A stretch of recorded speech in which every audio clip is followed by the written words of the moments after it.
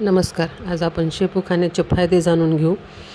शेपूचे इंग्रजीतील नाव dill हे जुन्या German भाषेतील डिला या शब्दावरून पडले आहे. डिलाचा अर्थ जोजावणे किंवा शांत करणे. शेपू ही एक आणि अ जीवनसत्व, कॅल्शियम, मॅग्नेशियम, लोह यांनी परिपूर्ण अशी भाजी आहे. तसेच काही प्रमाणात ब जीवनसत्वही आढळते. क जीवनसत्वामुळे रोगप्रतिकारशक्ती वाढते. अ जीवनसत्वामुळे डोळ्यांचे आरोग्य चांगले राहते. कॅल्शियम आणि मॅग्नेशियममुळे हाडे मजबूत होतात. लोहामुळे रक्तातील हिमोग्लोबिन वाढण्यास मदत होते. तसेच त्यामध्ये कॅलरीज कमी आढळतात, पण पोषणद्रव्ये अधिक प्रमाणात आढळतात. शेपूचा सगळ्यात मोठा गुणधर्म म्हणजे पोटात वायू होऊ न देणे.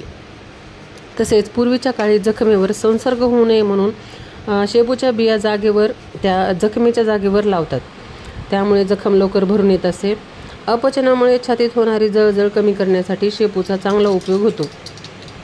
पित्त होणाऱ्यांसाठी फार चांगला आहे. शेपूमुळे मासिक पाळीच्या वेळी पोटात येणाऱ्या कळा कमी होतात आणि हार्मोन्सचे संतुलन चांगले राहते. त्यामुळे वयात येणाऱ्या मुलींसाठीही चांगलं आहे. या भाजीमध्ये असलेल्या अँटीऑक्सिडंटमुळे कर्करोग, हृदयविकार, यकृता संबंधीचे रोग, मूत्रपिंडाचे रोग यांना प्रतिबंध होतो. तसेच रक्तातील साखरेचे प्रमाण कमी करण्यास मदत होते. म्हणजे ही आपण भाजी आपल्या खाण्यामध्ये वाढवायला हरकत नाही, कारण आजकाल बरेच आपण सगळेजण प्री डायबेटिक आहोत. म्हणून आपण रक्तातील साखरेचं प्रमाण कमी करायचं असेल तर आपल्याला ही भाजी खाणे गरजेचेच आहे. डॉक्टर म्हणून काम करताना जी शपथ घ्यावी लागते, तिचा जनक हिपोक्रेटस हे आहेत. तर त्यांनी एक तोंड आलेल्या रुग्णांसाठी ह्या शेपूचा औषध म्हणून उपयोग केला होता. आयुर्वेदात या भाजीला शतपुष्पा असेही म्हणतात. तर याचप्रमाणे मी तुम्हाला बरेचसे असे उपयोग शेपूचे सांगितलेले आहेत. आणि आता ही भाजी कशी बनवली आहे, काय काय टाकलं आहे, यामध्ये मी सर्व काही वर लिहिलेलं आहे. त्यामध्ये आपण छान हिरवी अशी शेपू घेतलेली होती. ती 2-3 पाण्याने धुवून घेतली, मीठ टाकून 5 मिनटं ठेवून घेतलेली होती आपण ती.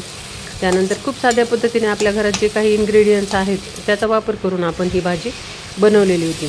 आणि याचे गुणधर्म आपण पाहिलेलेच आहेत की याच्यामध्ये कॅल्शियम, जीवनसत्व, कॅल्शियम, मॅग्नेशियम, लोह हे सर्व काही या भाजीमध्ये आढळते. थँक्यू.